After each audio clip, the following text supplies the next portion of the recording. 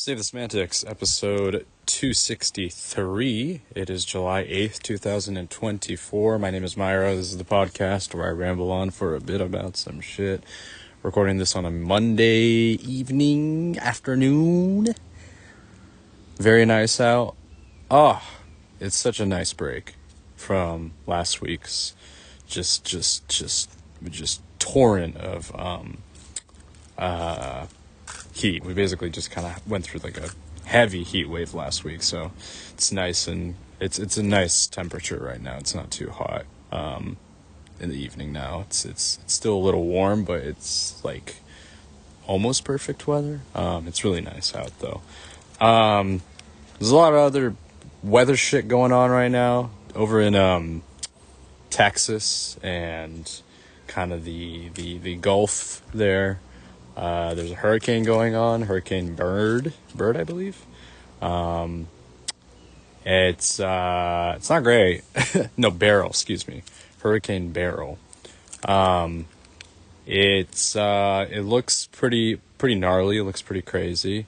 I know that Houston is a city that went through some pretty heavy storms and flooding a few years back. So it is probably something that the city is familiar with for sure. But it still sucks to kind of see that happen. I have a friend down there, and it seems like he's doing all right for the most part. He's safe and everything, but it's crazy, man, to get hit by. They said hurricane. It looks like it might have been downgraded to like a tropical storm, but there's still some like heavy winds, man. 60 mile an hour to 100-hour winds. That's absolutely fucking crazy. I can't even imagine dealing with that. So yeah, hopefully everybody down there is staying safe. So yeah, a lot of, crazy weather stuff as per usual.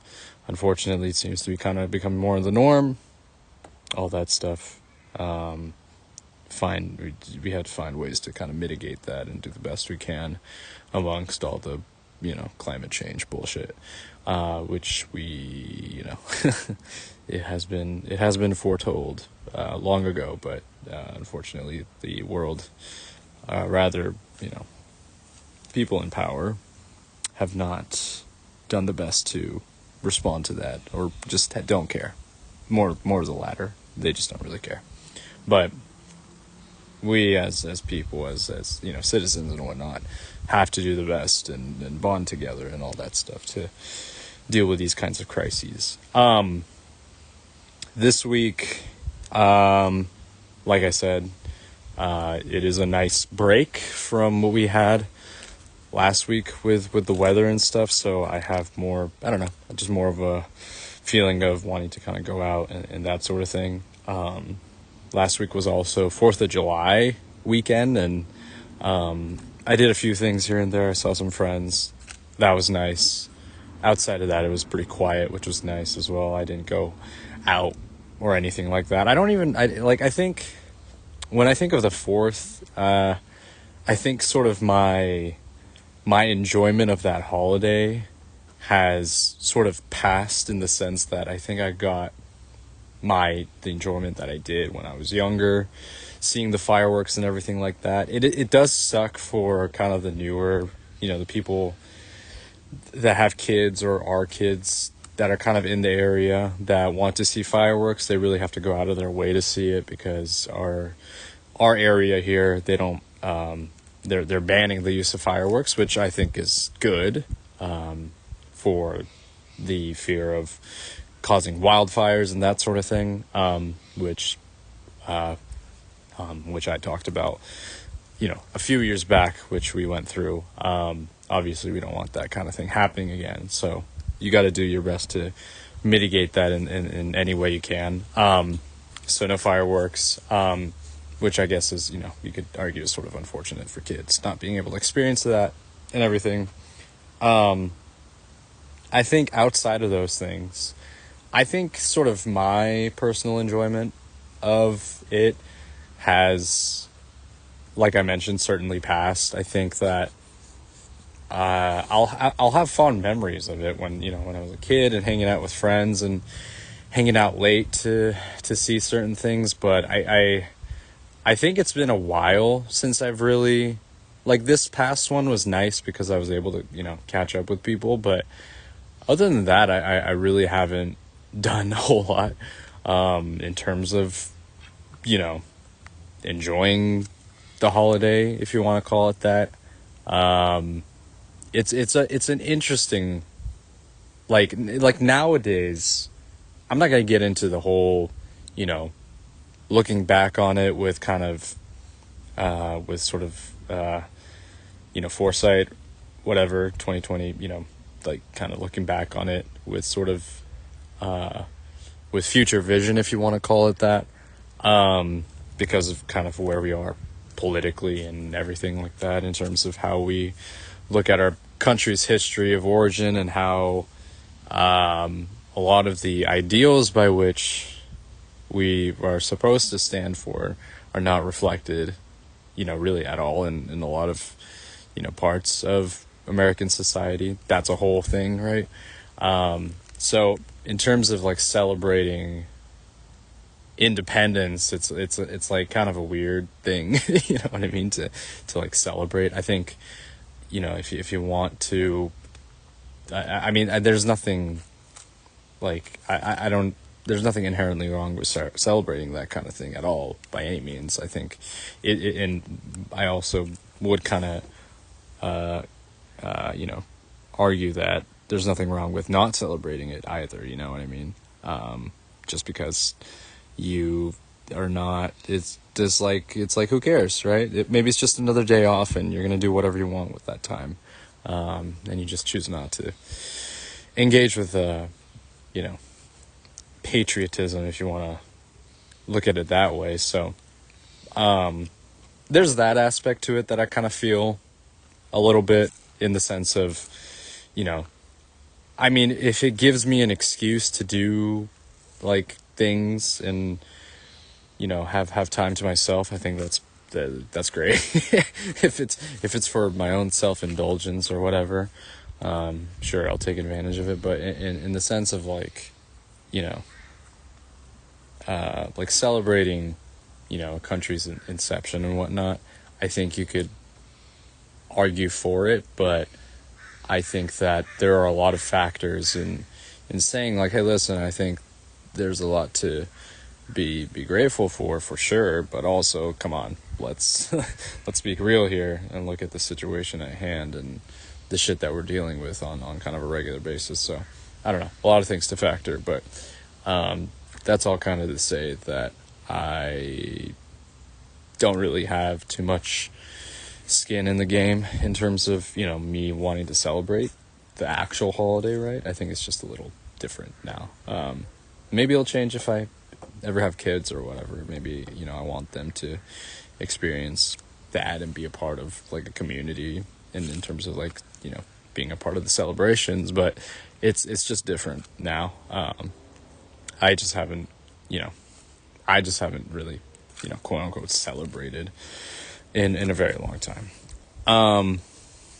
This week, well, it is Monday, so I'm catching up. I mean, there's not really a ton in terms of news updates and whatnot, but there's been some news and some videos and social media posting coming out in regards to Team USA, the the basketball Team USA, and the Olympics. The Olympics are coming up. I looked it up, and it'll be starting on July 26th. So it's going to be in a few weeks, basically towards the end of the month, and that is very exciting. It's been nice to see a lot of just the best players in our league, in the country, just coming together and just like practicing in a UNLV gym. Just like really kind of fun to watch. Kind of the standout for me in terms of the clips that I've seen being circulated around is about Cooper Flag. I may have brought him up before, but he's like now considered one of the highest regarded, highest rated prospects going into the NBA. He's only 17, but just based on what the footage we saw, he held up his own against NBA level players, which is very impressive, coming from a high school kid, basically.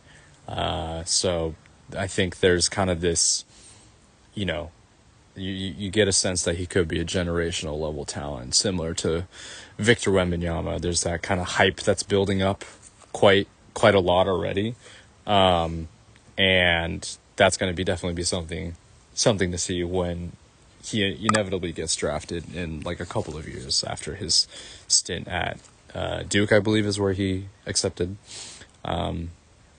So it's going to be wild to see. There's going to be, I think that there's going to be probably a similar sense of build up to this point. I think that like Wemby has sort of spoiled us on what the crazy draft prospect is going to be like, but that isn't to say like Flag's level of kind of hype shouldn't be, it shouldn't be underestimated by any means, just because of what Wemby brought to the table. I think Wemby is just like such a crazy archetype of player that it's hard to imagine other players following that, and just because there's not that many 7'3" players that can play like him and that will ever play like him, so it's a little different in that regard. But Flag is still someone that carries the traits of like just a freak athlete, kind of like KD, just the height,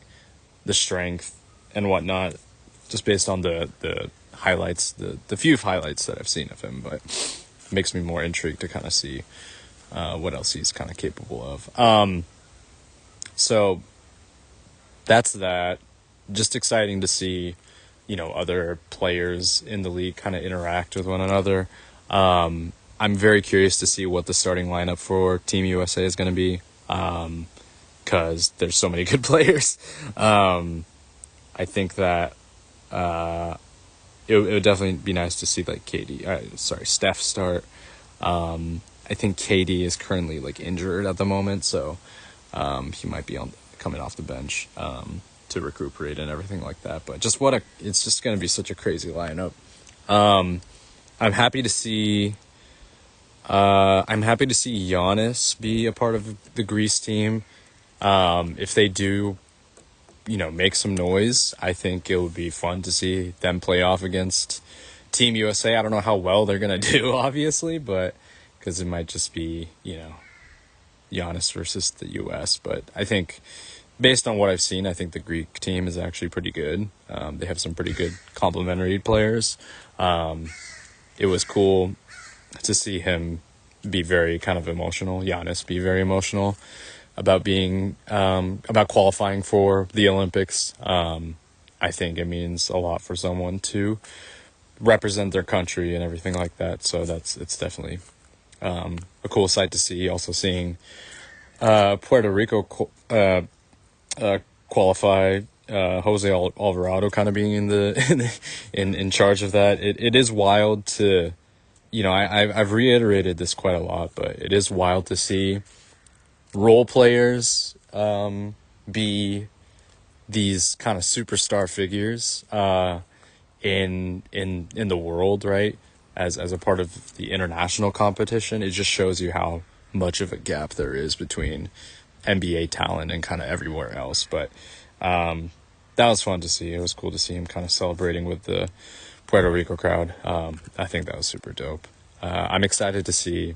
I'm looking forward to more basketball, man. Like I said, I think that back in 2021 when the Tokyo Olympics happened, it was, we weren't really able to get to fully enjoy that experience because Tokyo, or rather, Japan in general, was still kind of in lockdown mode. So there were no spectators. So that really probably took a lot of the wind out of their sails in terms of just the excitement of the Olympics. So I think it'll be nice to see people just like just see crowds as a part of the the events and that not. I think that's a huge part of the experience and getting your enjoyment out of it. I yeah, I think the last like international basketball thing that I enjoyed was, that I like watched was like FIBA, I think, but that was like a little while back now. Maybe was it like last year? I don't really remember. I don't really keep up too much on FIBA, but I used to. I remember watching like the FIBA World Cup and stuff when I was younger. But yeah, I think on the Olympic stage, I think it's gonna be fun, man. I think we got some real like international talent this time around, so that is gonna be exciting. No, FIBA happened last year, didn't it? It did happen last year, and the U.S. lost to Canada. I remember that because I remember talking about that. And then Germany won the World Cup. So no, I do remember it. I just don't know why that just completely escaped me. Yeah, because I remember that happening. That's kind of funny to think about. But yeah, I think that this Team USA team is better. They got because I don't think like LeBron or Steph were on the team. Also know like KD. A lot of the vets were not a part of that team. I think it was a lot of the younger crowd with like and Tyrese Halliburton, that sort of thing. So they are still part of this current U.S. team, but I think that having having these the legends of the game be a part of the squad probably helps it quite a bit. But yeah, it's exciting. Yeah, like I said, I think that because it was kind of a different timing with the pandemic and everything kind of getting in the way of the Olympics and that having to be postponed into the next year. It just, it unfortunately sullied kind of what could have been a nice Olympics in Tokyo, but it just didn't work out. So it'd be good to kind of see things kind of get back into the swing of things and people being engaged with kind of international sports again, just across the board. But yeah, that's kind of what I picked up on a little bit, just, the last couple of days in terms of just basketball news and that sort of thing. There was a big trade that happened on, was it Friday? I think that's Friday, Thursday or Friday, that I failed to discuss. It was DeMar DeRozan. He got traded to the Sacramento Kings. I think that sounds like a pretty good move to me. Good on them. I don't know if that necessarily puts them into a position of contention, but it does give them a chance to compete in the playoffs for sure, compared to last year. I think the injuries that they had definitely caused them to kind of falter and fall into the play-ins. They also, I talked about this too back when the play-in was starting, but they also just choked so many games away. I remember watching them play against I think it was the Suns, and that it was just like the biggest choke. They had the game, they were up by like 10 points, and then they eventually lost that game and fell into the play-in basically. Very, very tight race for sure. So it might be a similar thing. The West is going to be just kind of similarly crazy. You can just imagine some of the other teams are going to improve. I've talked about OKC and how they look, adding Caruso and Isaiah Hartenstein. Like there's a lot of teams that are going to be that are going to be really good in the West, and it's going to be tough for any team, including my Warriors, to be able to crack into playoff positions. I failed to mention, along with Buddy Hield and oh man, I'm just blanking on his name. How did I just forget his name? Buddy Hield, and I need to look it up, dude. It just feels disrespectful if I don't. Buddy Hield and DeAnthony Melton. I don't know how I forgot that name. Along with them, we also signed Kyle Anderson, which is interesting. I think that he could be a pretty good fit as a role player coming off the bench. He adds, some defense and stuff. I thought I don't think he had like a great year with Minnesota last year, but I still think he could be a, contributing factor that could, help us win some games. So yeah, we got some nice role players, man. I think that's good for now in terms of complementing what we have. If we could get Lauri Markkanen, which unfortunately doesn't look like he's going to get traded anytime soon, which I don't understand. I don't know why. Like, are you, like, there's got to be some, 4D chess shit going on over there. Because, it's why, it just doesn't, Are you trying to tank? I get it, maybe, okay, maybe you are looking at someone like Cooper Flagg, like this prospect, this generational prospect, but I just, I don't know. I'm very selfish in the sense that we want him. So you should give him to us if you have the opportunity. We have the assets, I think, to be able to make the trade. Probably going to have to trade like Wiggins or something. I don't know.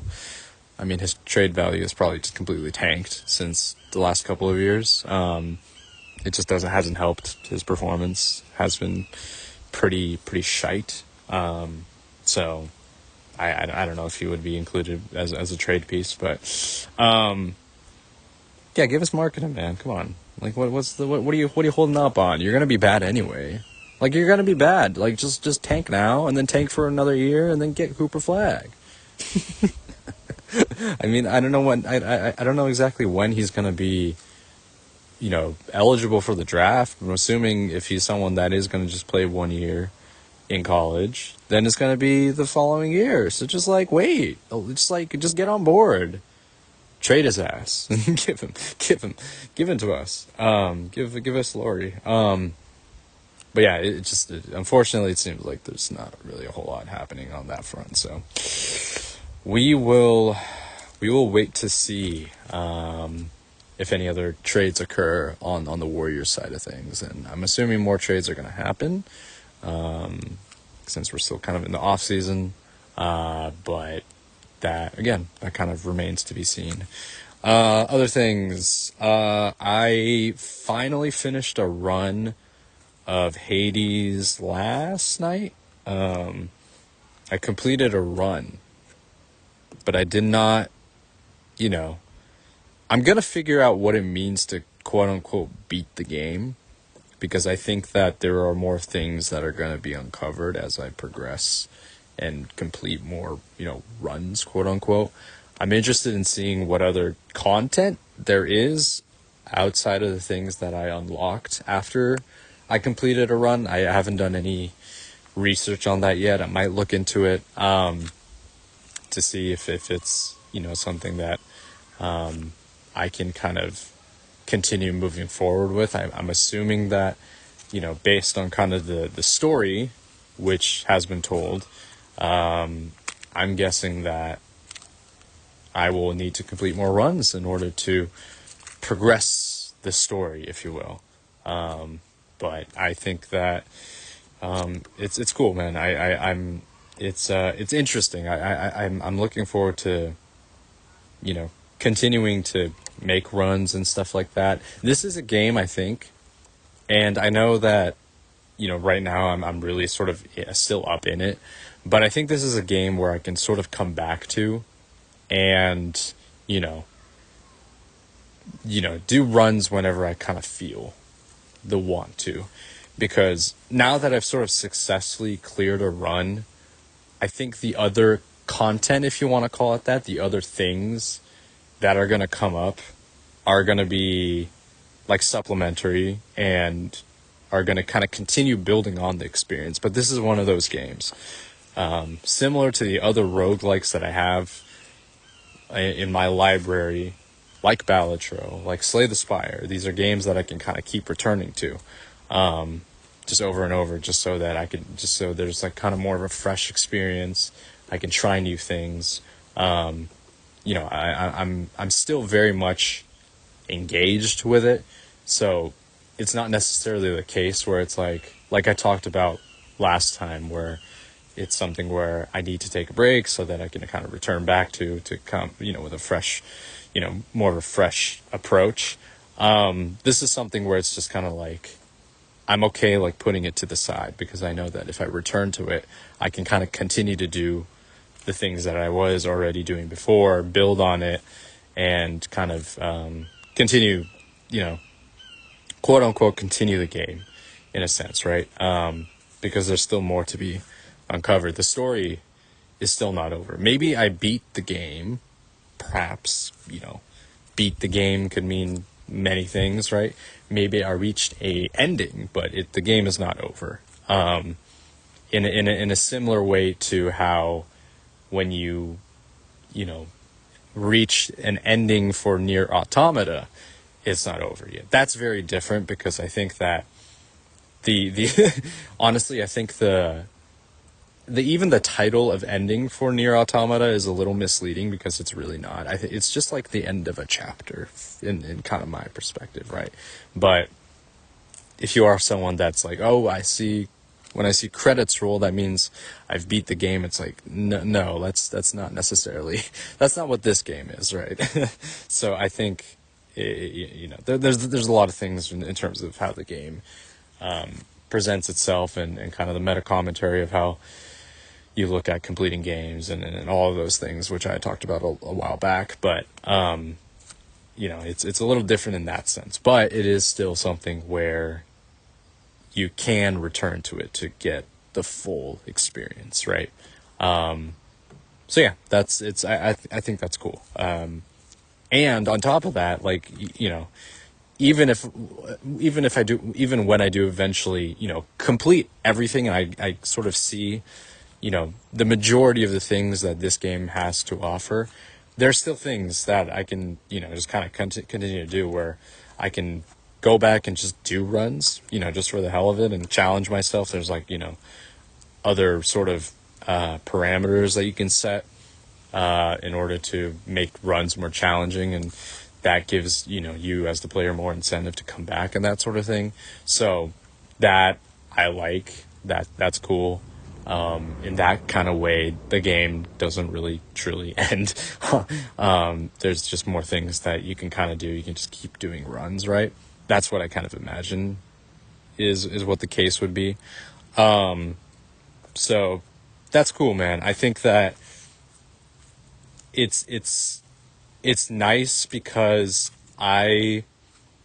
it's weird, because it's so, again, when it comes to games, like, I sometimes just complicate the fact that I'm playing a video game, and I don't need to create all of these, things, and, it's like, oh, it's until I do this, and this, can I move on? It's like, no, you can do whatever you want.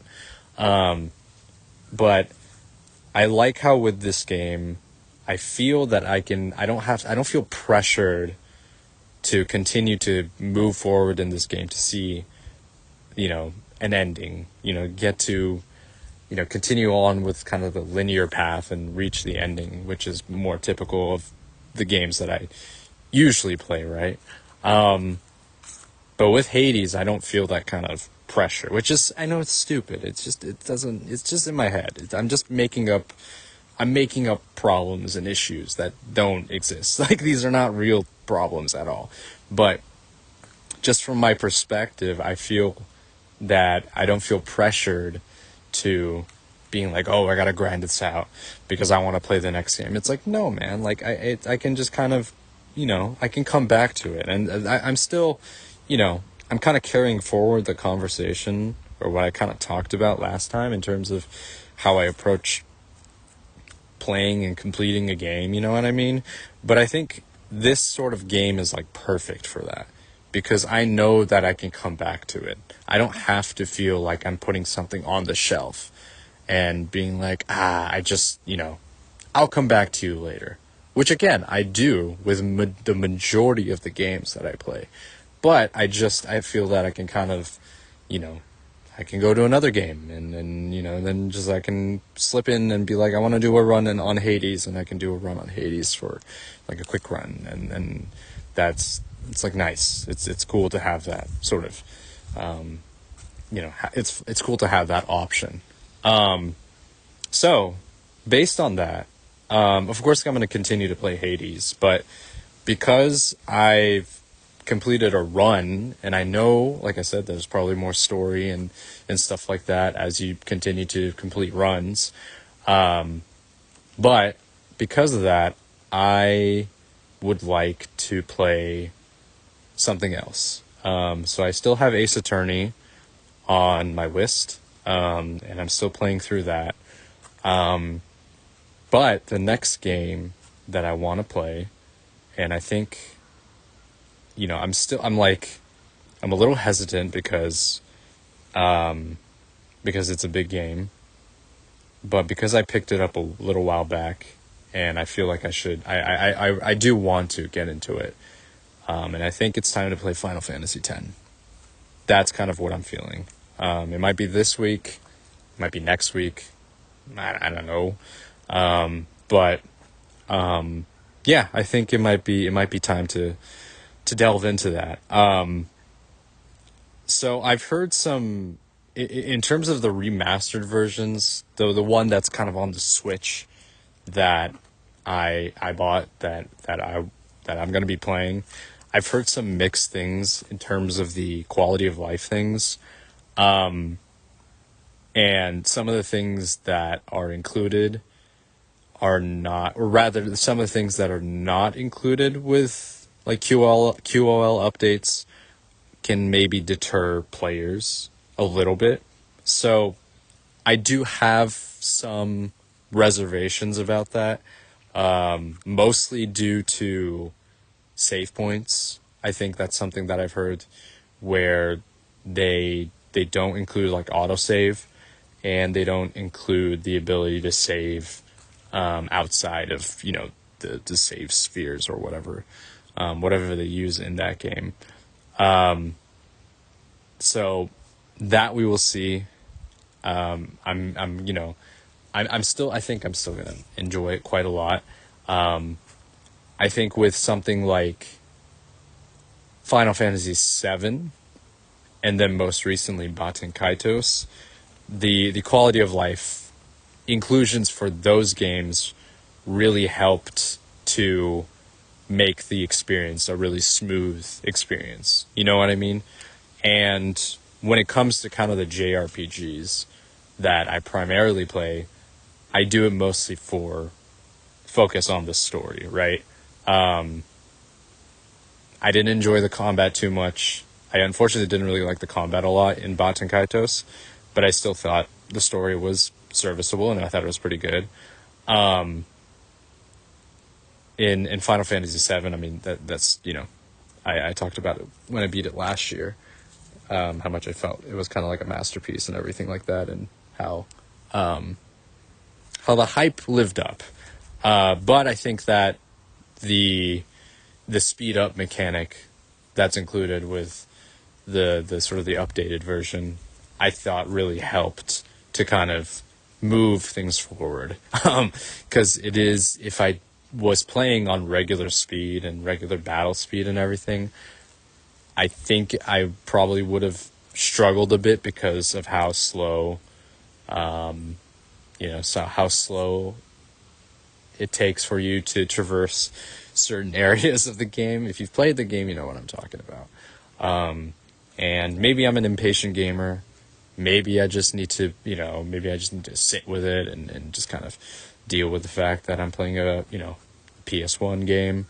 But it helps with the enjoyment of the game, especially when I'm focusing more on story than anything else. So, yeah, based on that, I'm curious to see how well the maybe it's blown out a little out of proportion. I can just deal with it fine. Perhaps I rely too much on the quality of life things as well. So I might be playing at regular speed, dealing with, just turn-based combat, and that sort of thing. So I don't know. we'll see. But I'm excited to play Final Fantasy VII. I have played the first section of the game a very long time ago. The very first, like 20 minutes of the game. And I have also seen the first 20 minutes of the game many times with like other playthroughs and that sort of thing, but I've never gotten past that point. And I have only heard praise for 10. Some people consider it to be one of their favorites. It is one of the it's considered one of the greats, and I have not played it yet. I think that out of the kind of the all of the Final Fantasies 1 through 16, as kind of a reminder, the ones that I have played, I've played 5, just parts of 5 when I was very young. I beat 6, I played 7, 9, and then again just a little bit of 10. So I have I have a bunch of Final Fantasy games that I have not yet played, including kind of the older ones. I heard 4 is really good as well, but I have not touched that. So, I think that 10 was sort of the introduction to PS2 era graphics and everything like that. Based on what I've seen, it holds up really well today, and I think that's really cool. Just like looking at the cutscenes and everything, I'm like, damn, that's crazy. This still looks really good, despite it coming back in like 2001, 2002. When did that game come out? I don't know. It's got to be around early 2000s, right? So yeah, that's kind of that's what I'm thinking. I've been meaning to jump on 10 for a minute. I just had other games that I kind of wanted to get to. Again, maybe take a bit of a break in between, playing, another big RPG. So, yeah, man, I think that now that I have a little bit of time on my hands that I am able to spare, along with the other games that I'm currently playing, I think I'm going to start up Final Fantasy X, and I'm really excited for that. It's yeah, I'm very much looking forward to it. It seems like a lot of the themes that are carried forward from something like 7 are also present in 10 as well. So that's fun. I think that's going to be fun to dissect and digest, and of course I'll talk about it as I progress through the game. But yeah, that's kind of where my head's at, my approach, my plan. I'll talk more basketball stuff if any news comes out during the rest of the week. And yeah, I'll catch up on if I do end up playing Final Fantasy X. If I do end up starting that, I will talk about that as well. But yeah, that's going to do it for Monday. And yeah, I'll catch up later this week. Alrighty, it is July 13th, recording this on a Saturday afternoon. It's cooling down a little bit. Still sort of in kind of the afternoon heat, if you want to call it that. But yeah, around this time is usually when it starts to mellow out. It's not too crazy. I think for us, at least over here, the peak heat is usually like August or September, for the most part. June, July, it's really not too bad. So it's just kind of like it's just sort of like a steady heat, but I'm very, it's nice to be in this climate versus other places in the States and the world, you know what I mean? So I'm not, I can't complain too much about that. It's been a good week. It's been a pretty solid week. Nothing too crazy, as usual. I've been trying to figure out what kind of routine I want to do during this time period where I do have some more time on my hands, and then something where I can kind of maybe like carry that forward going, just moving forward through the rest of the year. I have not, and this is something that I'm sort of contemplating, I have not gone to the gym recently, in quite some time. And I'm thinking about whether I would just kind of cut that out completely. I like working out, but I don't like it enough to the point where I go out of my way to go to the gym, you know what I mean? I found that, I think that it is important to build up strength and whatnot, but it's just been hard for me to feel motivated to go. And maybe that's something where I just need to start, doing kind of regular cardio in the sense where, and I also haven't been running. I think I've just been lazy. I really think I've just been kind of lazy, and I just haven't had a lot of motivation to do, too much. Honestly, I just, and this isn't to say that I've squandered my health by any means, but I just have not put in the level of commitment that I was sort of going for when it comes to my, my fitness and whatnot. So yeah, I know I mentioned this kind of briefly a little while back, talking about how during this period that I wanted to kind of get back into it, but I've sort of hit like a weird, I don't know, I think I just haven't done it, and it's been really hard for me to kind of, get back into the swing of things.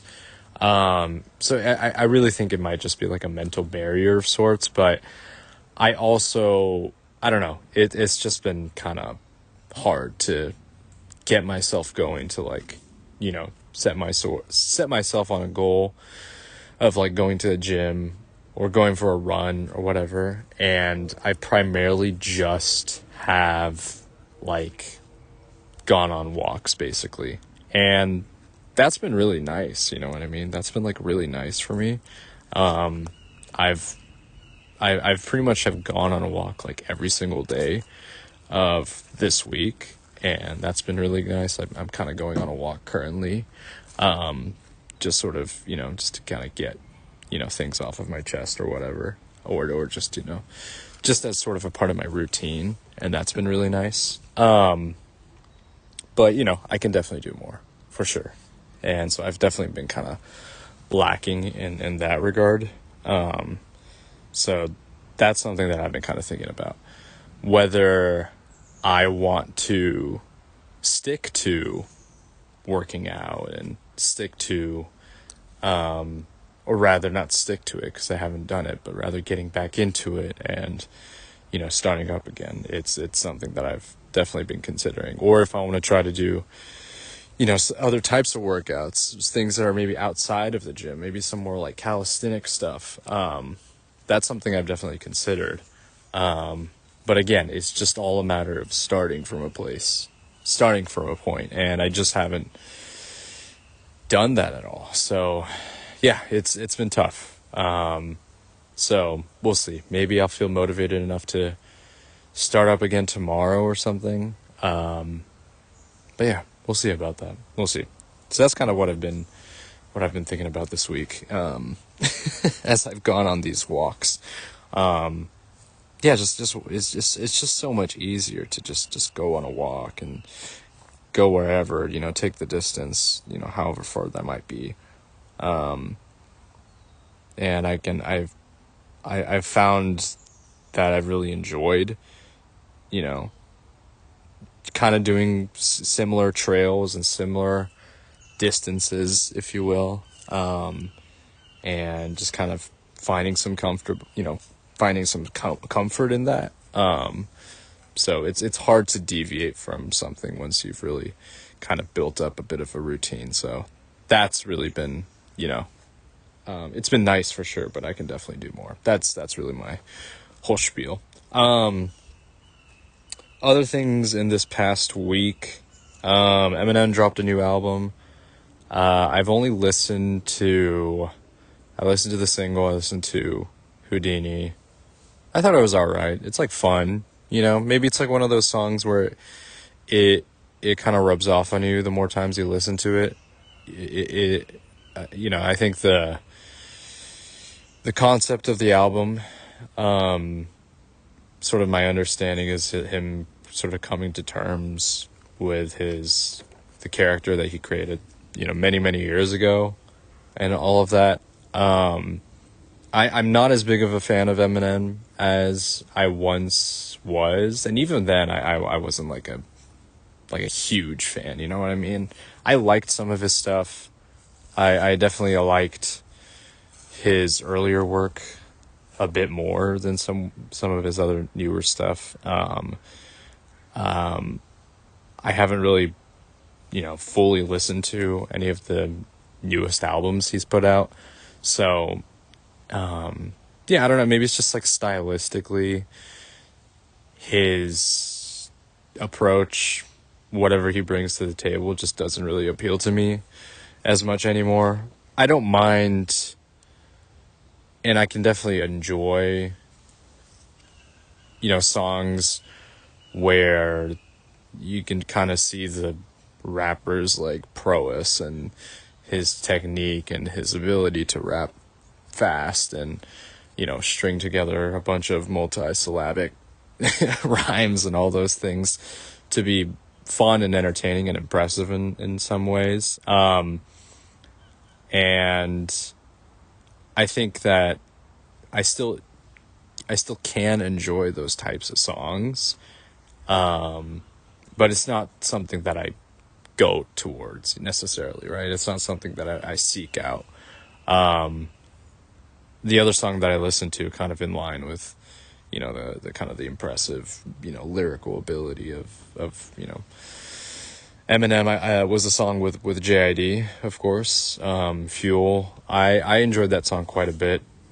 I think that's a really fun track. I'm excited to see JID put out something. It's been a couple of years since he put out Forever Story, and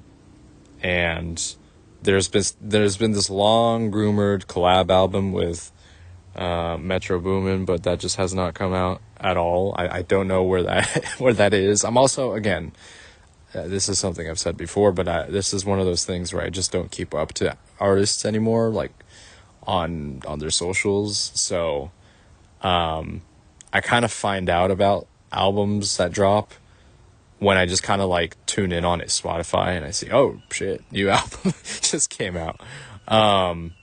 This was the case for Alcest, which is this French metal band that I've really enjoyed in the past few years. I don't, I just don't follow anyone on, any platform anymore. I don't use Instagram.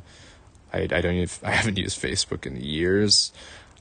So I just am not keeping up with artists like I used to. So in that sense, I'm sort of like falling behind in that regard. Like I find out about album releases like 2 months after they release. And for some reason, I don't know why, like Spotify, it's like I follow these artists on Spotify. Like, why don't they alert me when they drop a new album or something? You know what I mean? It's not very clear. Like that should be on the homepage. I don't know if there's like a way to, turn on notifications or something like that, but I'm just not up to speed at all. So I feel that I just kind of fall behind. I'm like, oh, I didn't realize they dropped an album, and then I kind of go back and then I listen to it.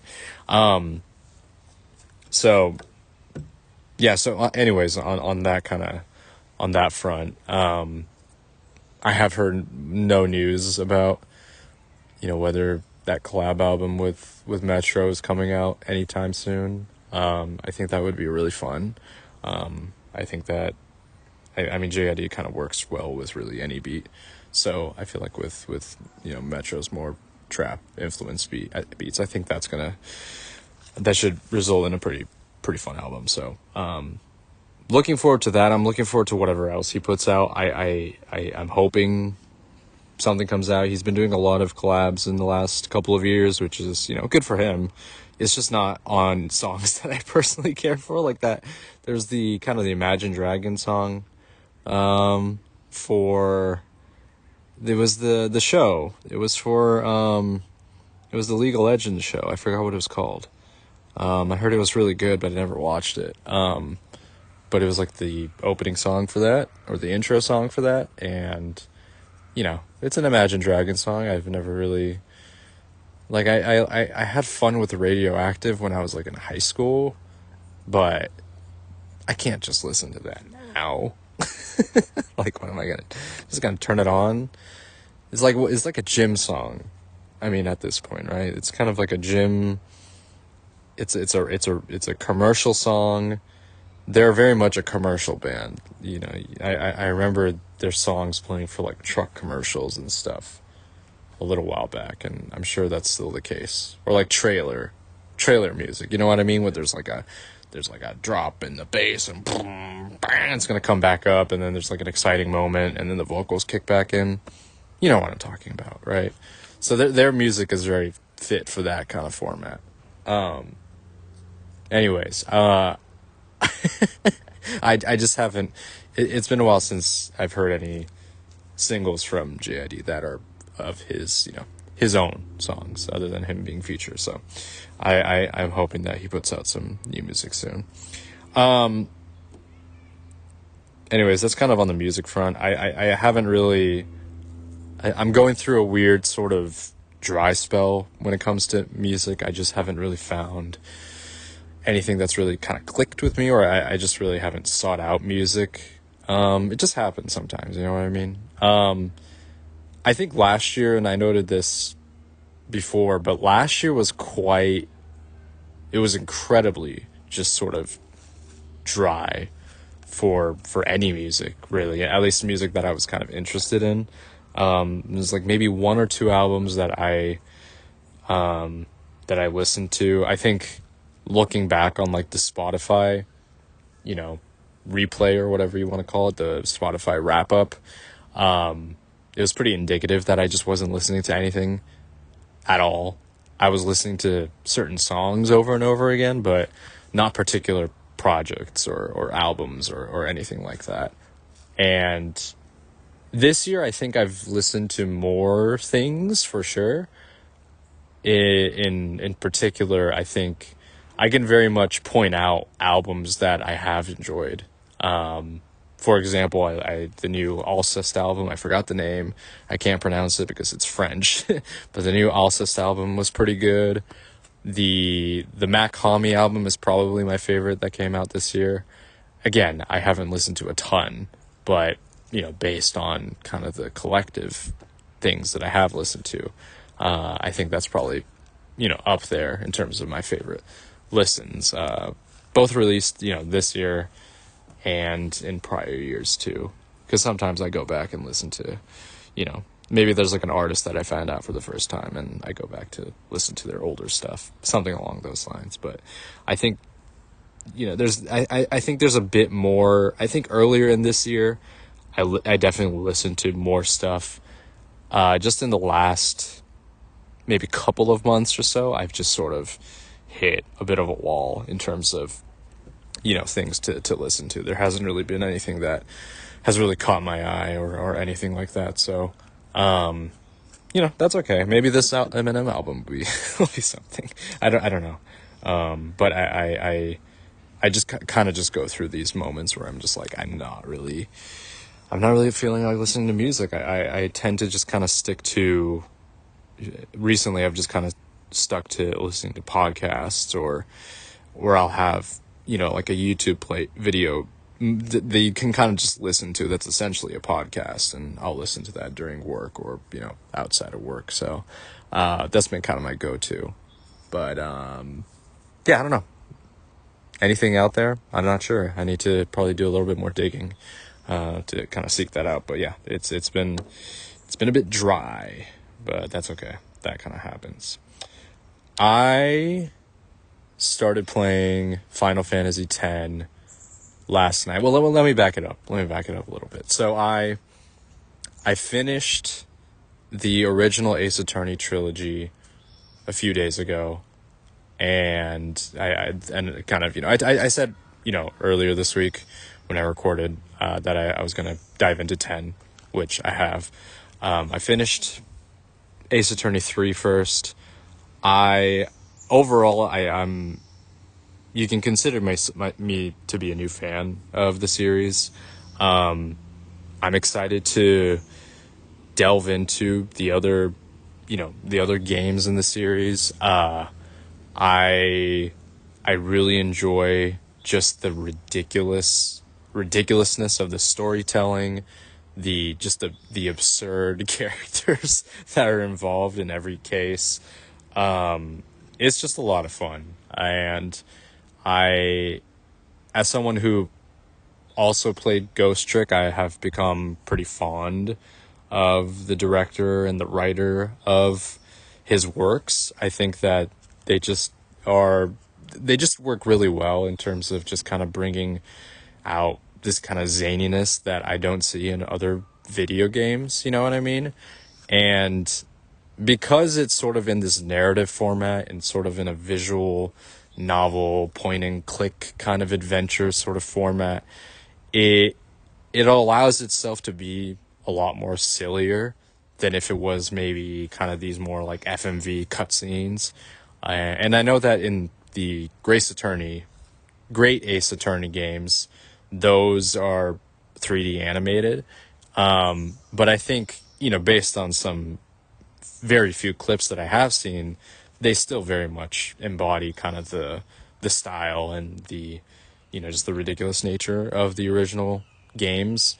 So I feel confident when I do eventually get to those games that I'm going to see kind of, this sort of the same thing, but maybe a bit more, up to modern graphical standards, if that sort of thing. But I really enjoyed the original trilogy. It's, there's definitely some references in it that can maybe be a bit dated, but I'm surprised like how well it holds up. There are like certain like you can definitely tell, the style of the humor, and some of it is a little dated for sure. Coming from the very early 2000s, but other than that, just the style of it, I think is very, this could be like a mobile game, made, kind of in this era, if that makes sense. And I think it holds up very, very well. So, it was just a lot of fun playing through it. It took me a little bit of time to get through all three games. As I mentioned before, that I just kind of fell off a little bit, and because I got distracted by something else. I forgot what it was exactly, but I'm glad that I kind of dove back into this, because I can kind of say that I want to add the other games in the series to kind of my library of games that I do want to play in the future. It could be a nice little, is one of those games that I feel that I can kind of dive into and be sort of like a novel, you know what I mean? And I don't have to be super worried about, I don't know. You're not investing too much when you get into these games. Like, some of them can be a little long, but it's not like you're, investing yourself emotionally, whatever, too much into these.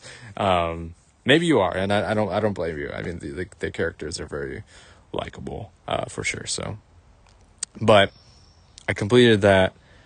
I got into Final Fantasy X last night, and I've put in maybe 3 or 4 hours, a few hours already into it, and I'm very intrigued. I'm really, I'm very interested in seeing kind of how the story progresses.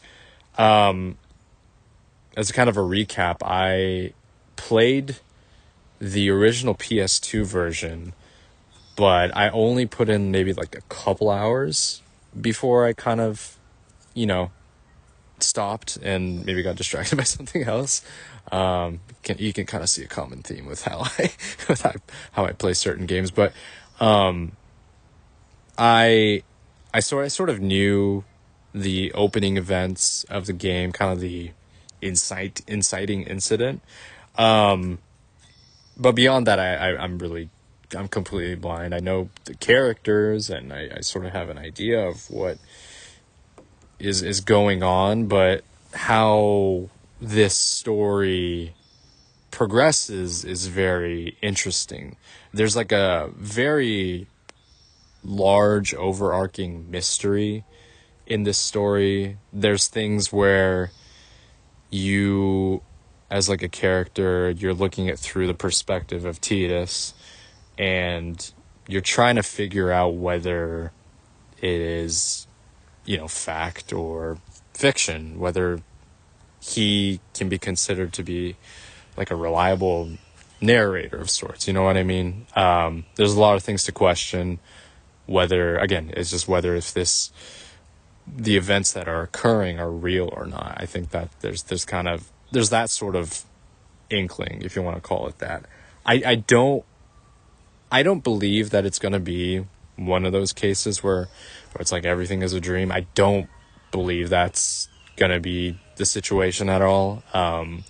There's been really no, I don't know, there hasn't really been too many hints where it would be the case, because the events that occur in the game are already so fantastical that it's like, I don't know, it's a little hard to come to that conclusion that it could be like a dream or anything like that. It could be a dream sequence. So I already like these little things that the plot and the story are dropping. These little nuggets of information, these little mysteries that are kind of thrown in there, when it comes to senses of like identity, how the history of the history of someone, how that personally affects you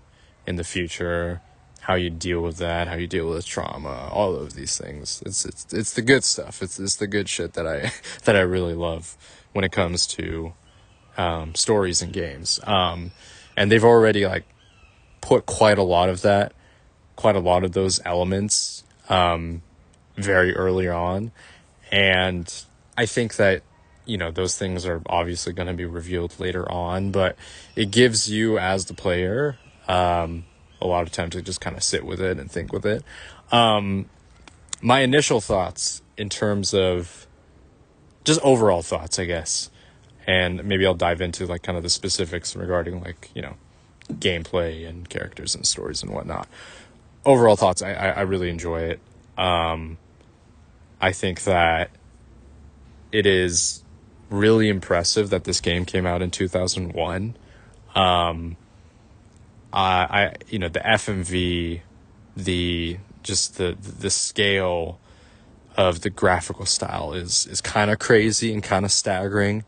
Like when you think about how this game came out 4 years after, right? Because Final Fantasy 14 came out in 97, and then I think 8 and 9 came out like in 98 and 99. It is crazy how like just the turnaround period for games back in the PS1 era is kind of crazy, because nowadays development cycles, they take 5-6 years for games to come out. That's a whole nother discussion, but just the leap in performance is kind of absurd. And I'm playing the HD version of kind of the remastered version of this game, and so there is some like adjustments in fidelity and whatnot, and graphics and that sort of thing, but even then I think I just basing on kind of my recollection of the first the original game that came out on PS2, I think it's just it's really impressive just on that front. The music is incredible. That's like not crazy to say, but the music just sticks with you. Of course, this is composed by Nobuo Uematsu. He composed the music for pretty much everything up until this point. I think this was his last. I don't know if he did 12. I'm not entirely sure, but my understanding and I can easily correct this later on, but my understanding that is that this was his last Final Fantasy music, Final Fantasy that he composed. And it's incredible. Like, it just sticks with you. I can just kind of pause. I found myself just sort of pausing the game just to have the music kind of play in the background. And it just sticks in your head so easily. The main like title screen theme, I'm familiar with it. It is a pretty famous, song.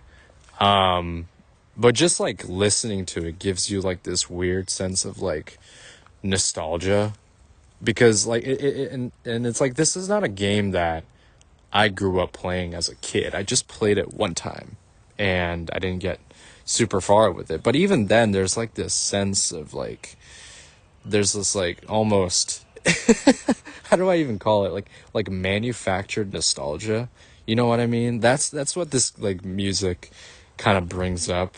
I think it's also the fact that I've heard a few of the other songs, maybe like I'll hear some like YouTubers using it as a part of their videos, so maybe that's kind of what feeds into that.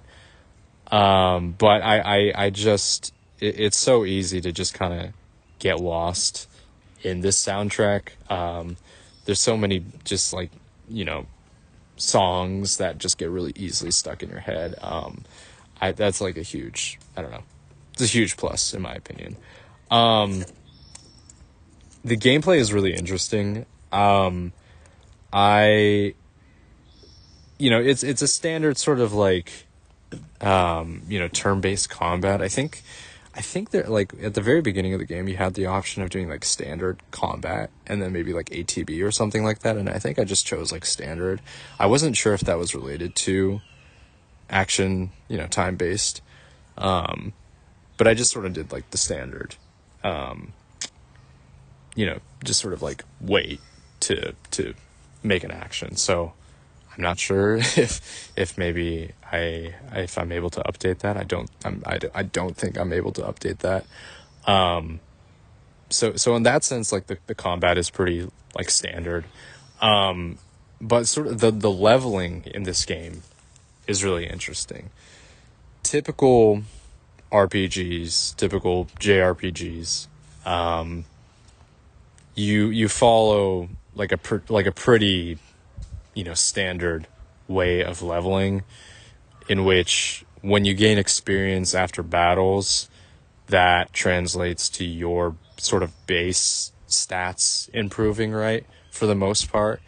In this game, you have the sphere grid, which kind of controls all of the upgrades that your characters receive, and you sort of follow along these little nodes as you gain experience, and you can have the option of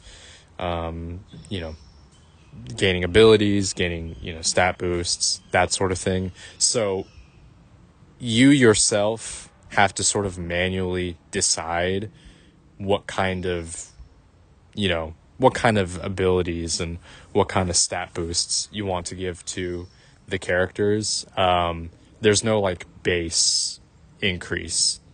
There's no like level increase. You just receive skill points basically, which is very interesting. I know that in Final Fantasy VIII, that game also kind of follows a bit of an unconventional leveling style where you can grind, but it might not be the most beneficial for you to grind. It might be better to try to like strategize and find ways to optimize your team. In this game, you do grind, but it's just different. You know what I mean? Like you're not leveling up. I don't know how to describe it. You're gaining experience. You're gaining experience, but you're using it in just like a different way. It's very interesting. I've never, I don't know. It's not something that I'm used to. It's not like a crazy shift or difference from any of the other you know, Final Fantasy games that I have played, but it is very, I don't know, it's just unconventional. And I don't know, I'm very interested in getting kind of accustomed to it.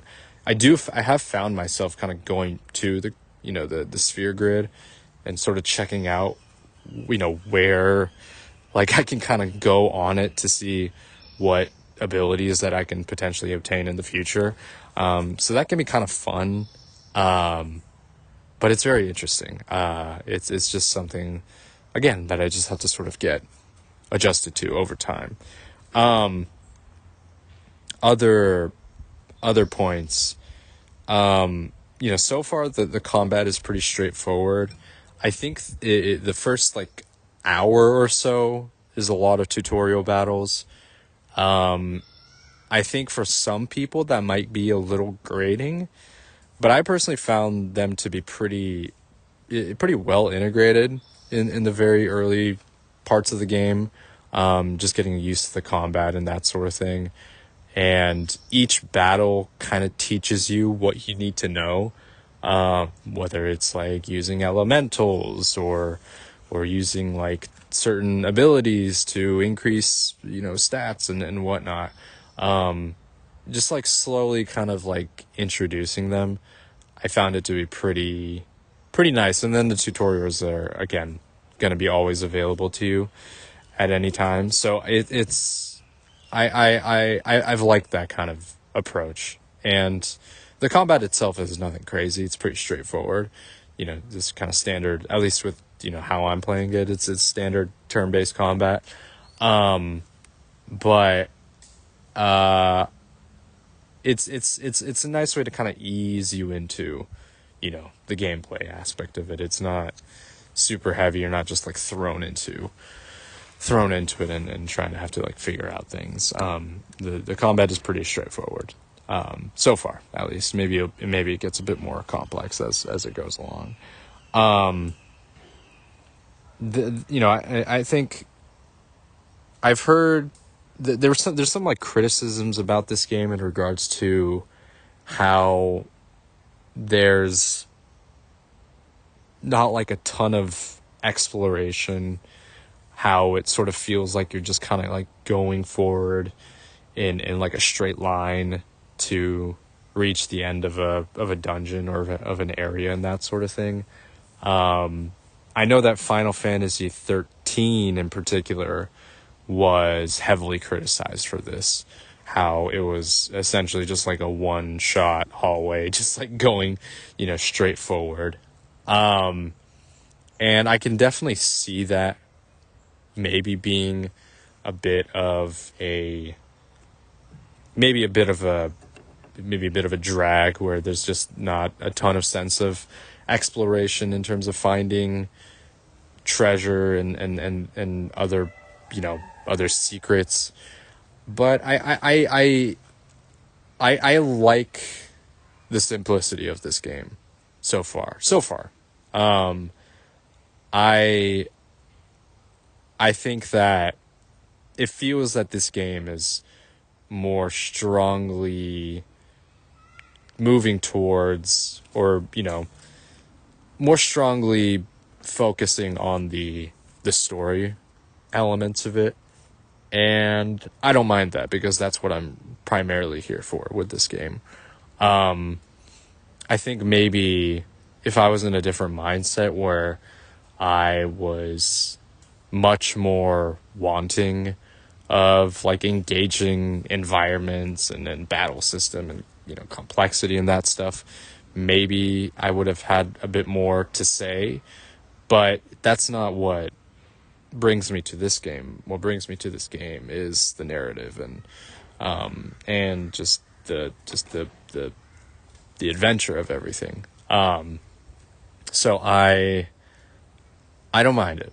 I really don't mind it too much. Speaking of the story, I touched upon it a little bit, just kind of the thematic elements that it brings forward. The characters haven't like clicked with me yet. Again, it's only been a few hours, so that might change. I think I'm much more. I'm very interested in seeing Tidus's progression throughout this game. I think his character arc is going to be very interesting because we're already kind of getting a glimpse of where he eventually is going to end up at the end of the game,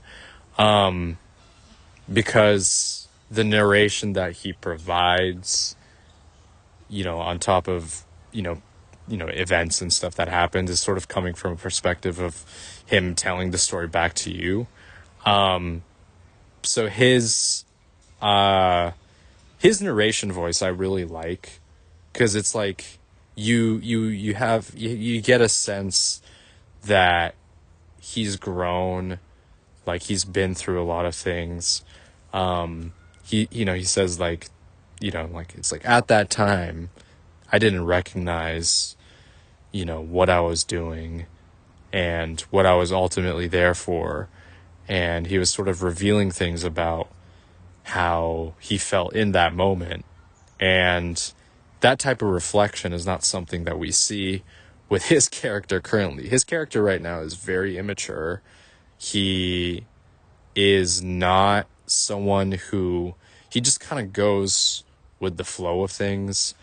There's not really a sense, you're not really getting any hints that he's at all doing, I don't know, it's just very interesting. He's just not at all being like responsive in the way that you would imagine.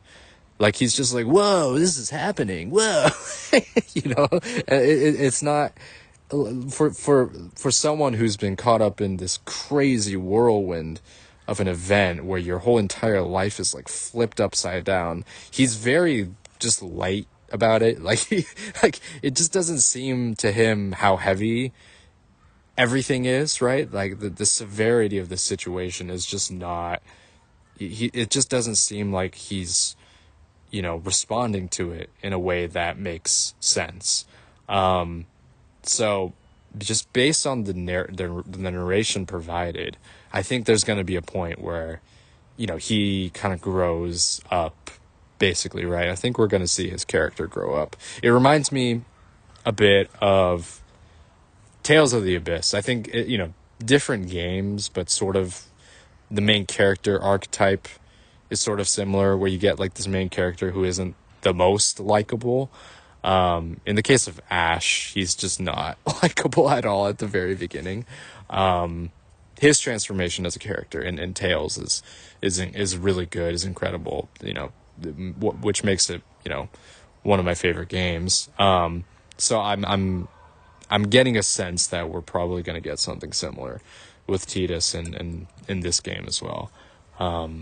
Because right now he's at a very, young and immature personality. So I think throughout the events of the games, and as he sort of, continues to like deepen his bonds with the other characters in the party, and probably in particular Yuna, I'm guessing, we're most likely going to see kind of him blossom into much more of a mature character, and see him, I don't know, take more responsibility of his situation, if that makes sense.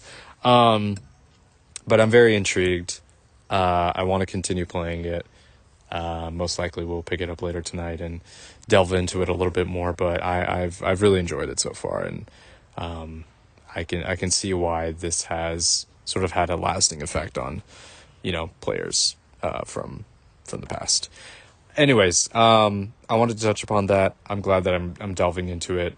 I want to talk about it more because I feel like I'm going to have more thoughts as I progress.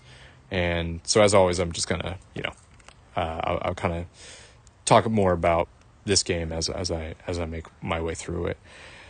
That's going to do it for this week's episode. Thanks for listening. As always, this has been Save the Semantics, signing off.